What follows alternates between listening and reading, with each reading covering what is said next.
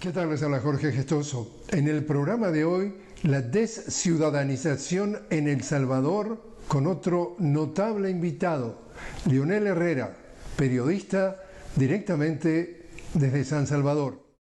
Leonel Herrera, una cálida bienvenida al programa. Hola Jorge, qué gusto saludarlo a usted, a todo el equipo Telesur y por supuesto a toda la gente que lo ve y lo sigue en América Latina y el mundo. Encantado de poder conversar. El gusto es nuestro. Leonel, tú has escrito un artículo bajo el título de la desciudadanización y cómo funciona la propaganda bukelista. Bukelista referido al presidente de El Salvador, donde tú estás, el señor Nayib Bukele. ¿Qué es esto? ¿Por qué ese título? ¿Qué representa esto, esta palabra que tiene tantas sílabas, la desciudadanización? Sí, bueno, lo que trato es explicar desde la comunicación el fenómeno político que está sucediendo en El Salvador, donde el presidente de la República, Nayib Bukele, mantiene altísimos niveles de aprobación popular, a pesar de ser un gobierno con un corte autoritario, a pesar de no rendir cuentas, a pesar de estar señalado de su gobierno de casos de posible corrupción, a pesar de estar señalado de pactar con las pandillas. Entonces, ¿cómo es posible que un gobierno así tiene tanta aprobación de la población? Las encuestas dan eh, testimonio de 80%, en algunos momentos hasta 90% de aprobación hacia la gestión del presidente. Entonces, en mi opinión, lo que está sucediendo es un proceso de desciudadanización, justamente donde la población no se asume como un ciudadano o ciudadana, sino como un seguidor, como un fans. De hecho, una encuesta reciente de una universidad privada, la Universidad Francisco Gavidia, más del 50% de los encuestados se consideran seguidores del presidente Bukele. Entonces, él ha logrado que además la población no lo vea como un funcionario, como un servidor público, que entre otras cosas debe rendir cuentas, debe respetar la ley, debe implementar políticas públicas reales para resolver los problemas que afectan a la gente, sino que lo vean como una celebridad, una especie de semidios al que hay que seguir, aplaudir, no cuestionar y además defenderlo de los ataques de opositores, disidentes y otros demonios. Entonces, lo que yo planteo es que hay un proceso de comunicación que tiene básicamente 5 componentes. Primero, se fundamenta en una estrategia de neuromarketing, es decir, marketing político basado en los principios y las leyes de la neurociencia, digamos, la ciencia que estudia cómo está estructurado nuestro cerebro. Entonces, nuestro cerebro está dominado por el componente reactivo y emotivo y solo una mínima parte es lo racional. Entonces, toda la estrategia de comunicación apela al cerebro reactivo y emotivo de la población. Entonces, no se busca hacer que la gente razone, reflexione, sino que sienta y que reaccione. Entonces, luego hay una narrativa. El segundo componente, perdón, es una narrativa que tiene varias características. Es una narrativa populista porque pone siempre al pueblo, gobernamos para el pueblo, con nosotros gobierna el pueblo tiene el poder.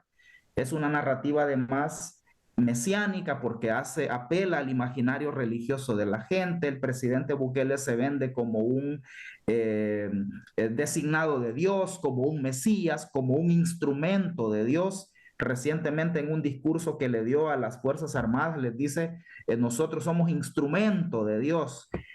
La narrativa también es confrontativa, es decir, está permanentemente eh, apelando al otro, confrontando con el otro. Ese otro son periodistas, son ONG, son académicos, son políticos de oposición. Es una narrativa de posverdad, ¿verdad? Porque el componente de la desinformación es muy fuerte y está pensada para no importa que sea verdad o mentira, sino la reacción que hay sobre los mensajes. Y finalmente es una narrativa muy concentrada en el presidente como vocero principal. Recién hay un mensaje en Twitter del presidente Bukele donde él informa sobre un proceso de investigación contra unos funcionarios de su partido. Entonces es interesante ver ese mensaje porque ahí él se asume como fiscal, se asume como juez, se asume como legislador, como presidente del partido. Entonces, hay una concentración de la narrativa.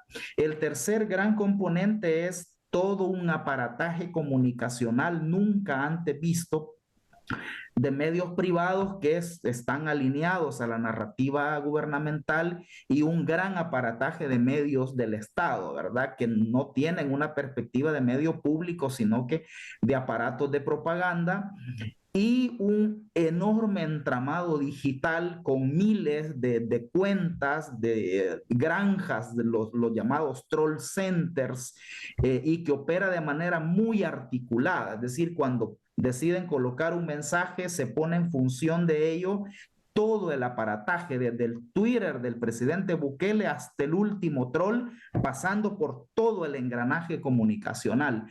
El cuarto componente es el manual de comunicación. Ellos son muy disciplinados en aplicar el manual de comunicación. Cuando viene a darse una acción institucional, sea una reforma de ley, una política, previamente ha habido todo un proceso comunicacional de posicionamiento.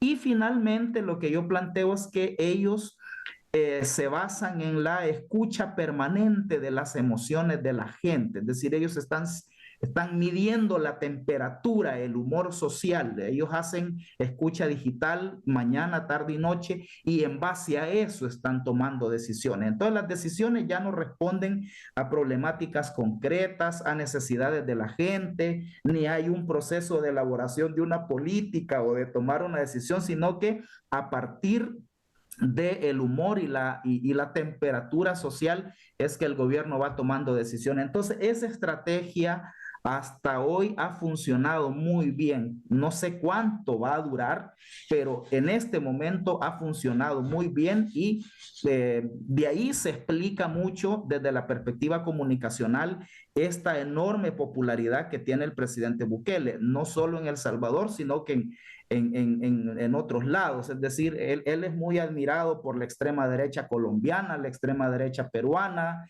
en Argentina. Es decir, hay gente que está queriendo ser como el presidente Bukele o gente en otros países que dice queremos un presidente como Bukele, porque además él mantiene una campaña, él pauta en redes sociales en todo el mundo, porque él en su narcisismo, en su egocentrismo, quiere ser admirado en todo el mundo, como el presidente más cool, el presidente más guapo, en todo el mundo. Entonces, ese es el fenómeno Bukele. Por supuesto que hay otras explicaciones del fenómeno, ¿verdad?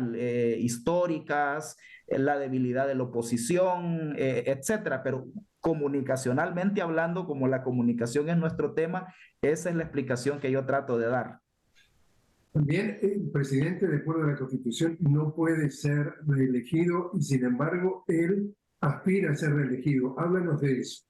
Si el argumento que él da para eso es la popularidad, que como es popular y la población quiere que él continúe, entonces continúa, a pesar de que la Constitución de la República de El Salvador expresamente lo prohíbe. Yo no sé, Jorge, si habrá otra constitución en el mundo que de manera contundente y reiterativa prohíba la reelección. Fíjese que en El Salvador hay 7 artículos de la Constitución que prohíben la reelección. Hay un artículo que dice que es obligatoria la alternancia en la presidencia de la República.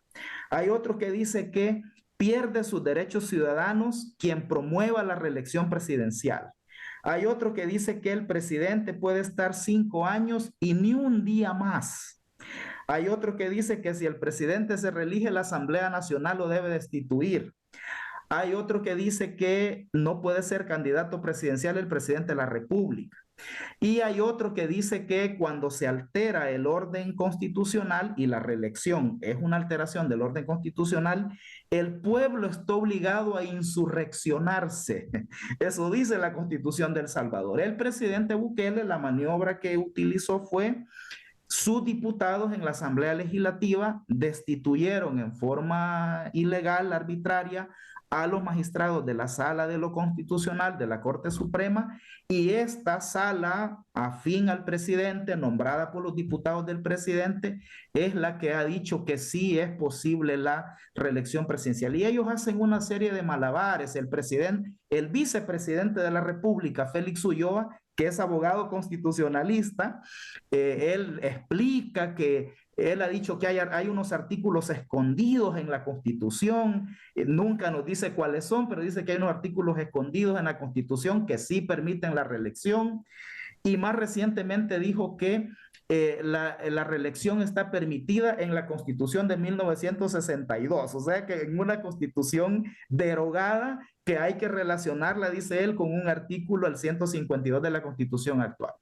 Quienes defienden la reelección también se escudan en el argumento, bueno, pero en otros países hay reelección y en Estados Unidos, y, bueno, pero en esos países la Constitución lo permite, ¿verdad? Esa es la diferencia. En países donde se reeligen ahora los presidentes hubo procesos de cambio constitucionales. Aquí ni siquiera cambiaron la Constitución para ellos, sino que pasando por encima de la Constitución es que el presidente se va a reelegir. El último presidente, Jorge, que se reeligió en El Salvador fue en 1934. Fue el dictador Maximiliano Hernández Martínez, que entre otras cosas cometió un genocidio, asesinó a 30,000 indígenas y campesinos en el occidente del país.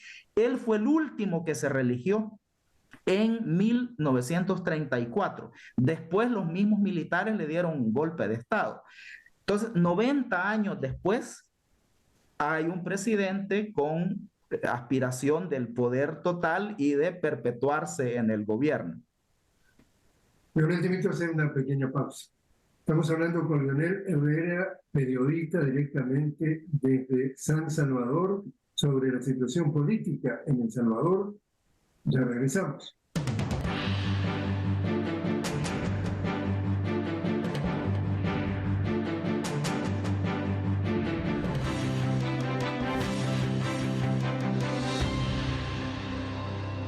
Estamos hablando con Leonel Herrera, periodista directamente desde San Salvador, sobre la situación política de El Salvador.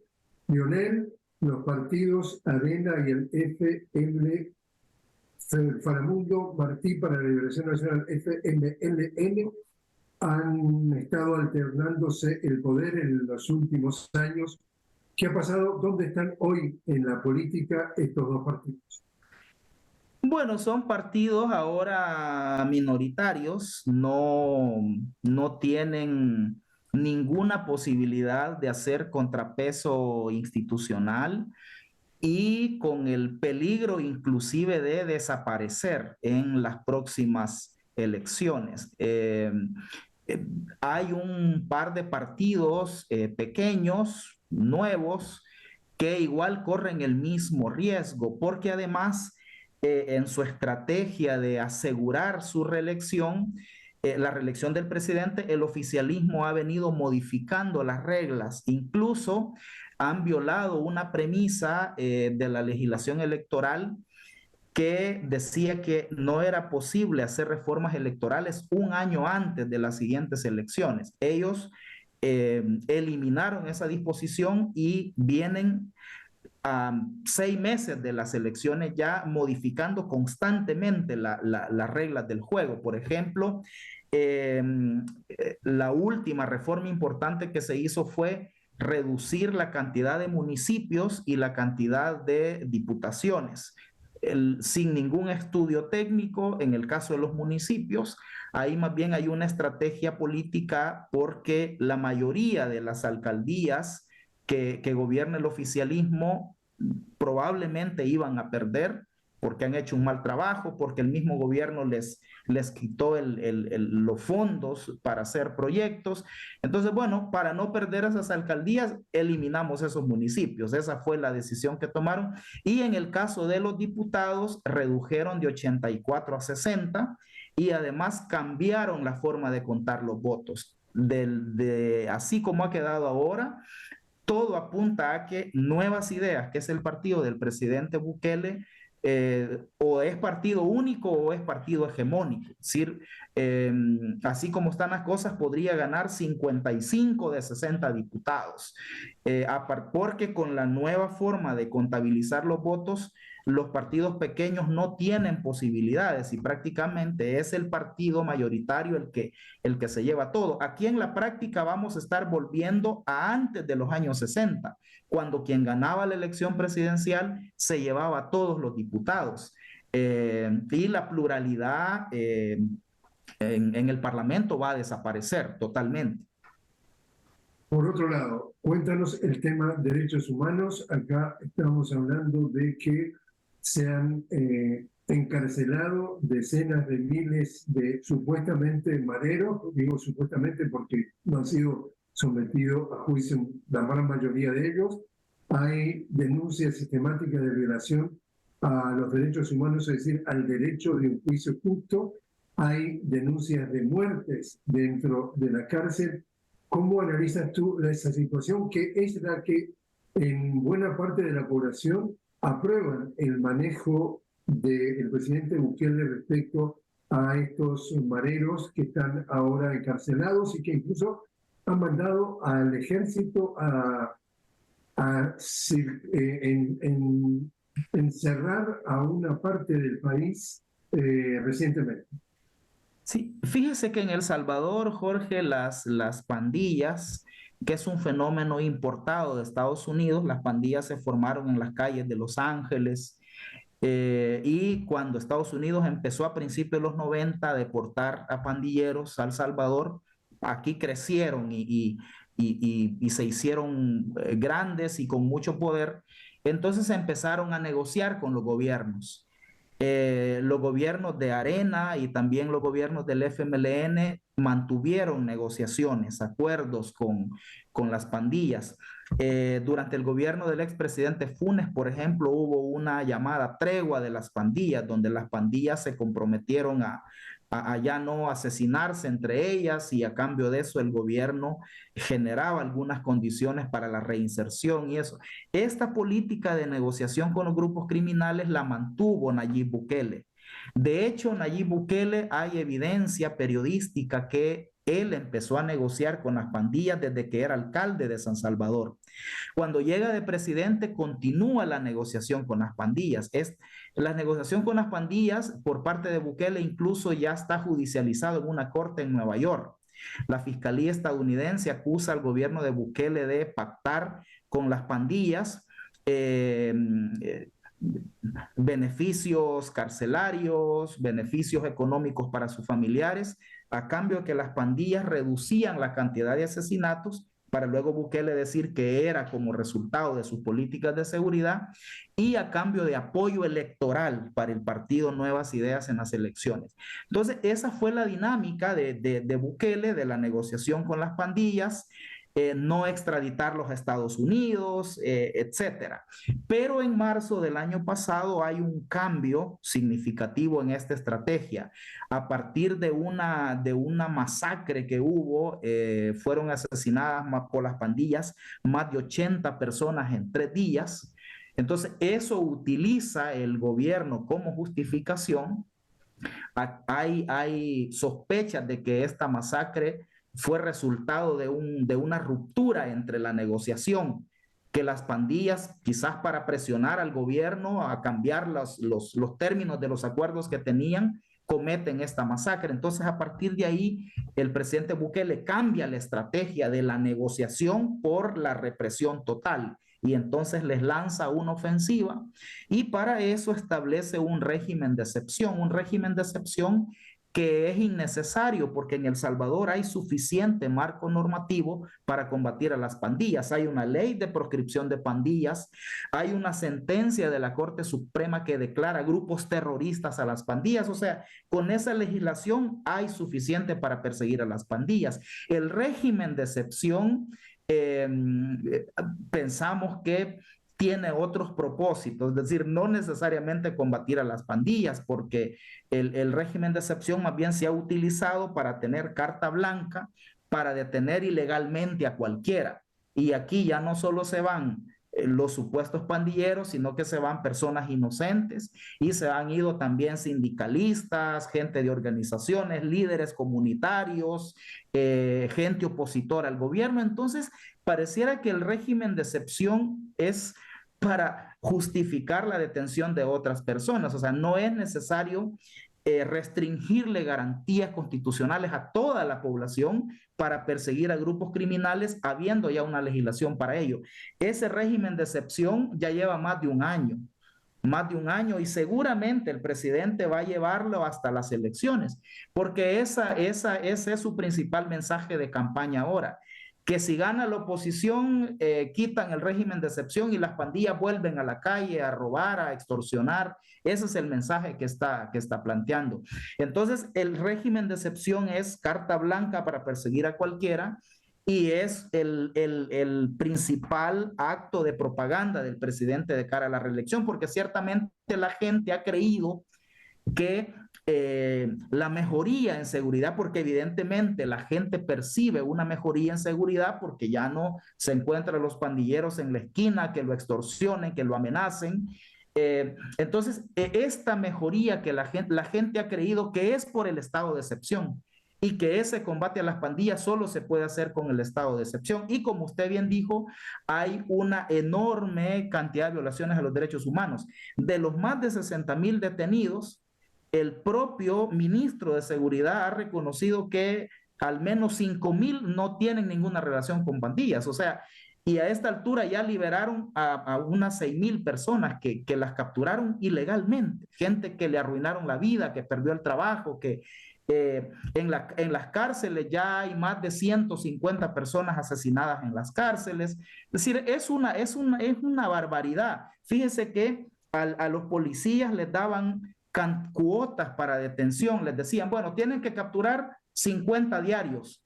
Entonces salían los policías a agarrar a las primeras 50 personas que encontraban en las calles, porque tenían la orden de capturar a 50. Para el presidente al final del día decir, hoy hemos capturado 5,000 pandilleros, una cosa terrible. O sea, viola los más elementales principios de los derechos humanos. Sin embargo, la población lo ve bien. Es una cosa tan irónica, ¿verdad? Que la gente esté dispuesta a ceder sus derechos a cambio de la supuesta seguridad. Y digo supuesta seguridad porque evidentemente no se está resolviendo el problema. De hecho, hay indicios de que lo que hay en realidad es una nueva fase de la negociación. Porque le doy un dato interesante. La ofensiva contra las pandillas es más que todo a la base pandilleril. Los dirigentes de las pandillas, incluso el mismo gente del mismo gobierno, los ha sacado para Guatemala, no los quieren extraditar a Estados Unidos, algunos han salido de las cárceles. El periodismo investigativo en El Salvador está haciendo un buen trabajo y está evidenciando todo eso. Entonces, además, si no se resuelven los problemas estructurales que genera el problema de la violencia en las pandillas, se puede capturar a todos los pandilleros, pero si no se generan condiciones de vida diferentes para los niños, para los chicos que van creciendo, dentro de 10 o 15 años, El Salvador va a tener a otra generación de otros 100,000 pandilleros. Entonces, no hay un abordaje serio, sino que es un abordaje populista, propagandístico de un problema tan delicado como la violencia. Para finalizar, entonces, luego de escuchar la descripción de la situación, se explica de que hay enorme cantidad de denuncias, que esto no es otra cosa que una dictadura de Bukele. ¿Qué dices tú? Sí, y esto creo que se va a reforzar después de las elecciones.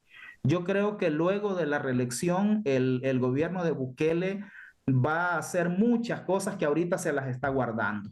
va a ir por un camino más abiertamente dictatorial. Yo acabo de terminar de escribir un artículo que se va a publicar esta semana, donde advierto sobre el riesgo de que inmediatamente Bukele se reelige, eh, aprovechando la euforia del triunfo y la legitimidad que él va a sentir para arremeter contra todo lo que considere oposición, que inmediatamente después de las elecciones incluso podría venir con una ofensiva feroz contra el periodismo de investigación, contra las organizaciones de derechos humanos, contra todo lo que considere oposición. El Salvador va hacia un callejón cada vez más oscuro. Desde ninguna perspectiva el modelo Bukele se puede imitar en ningún otro lado. Bukele es un ejemplo eh, es un engaño por todos lados que uno mire al presidente salvadoreño. Por ejemplo, se muestra, por ejemplo, crítico con Estados Unidos. Es un detalle interesante. Pero resulta que es porque él no logró buena relación con los demócratas.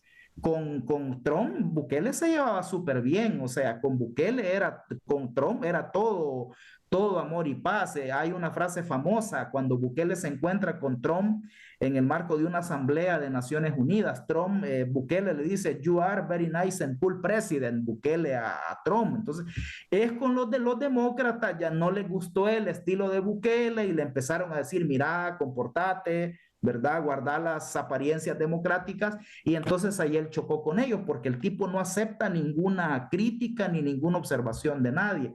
Ese es su pleito con Estados Unidos, es decir, ahí no hay ninguna perspectiva soberanista, antimilitarista, sino que si Donald Trump volviera a la presidencia de Estados Unidos, Bukele tiene otra vez una relación perfecta con el gobierno de Estados Unidos. Entonces, es una mentira por todos lados, o sea, es la propaganda lo que sostiene este gobierno. ¿Cuánto va a durar? Insisto, no sé, pero por ahora le ha funcionado.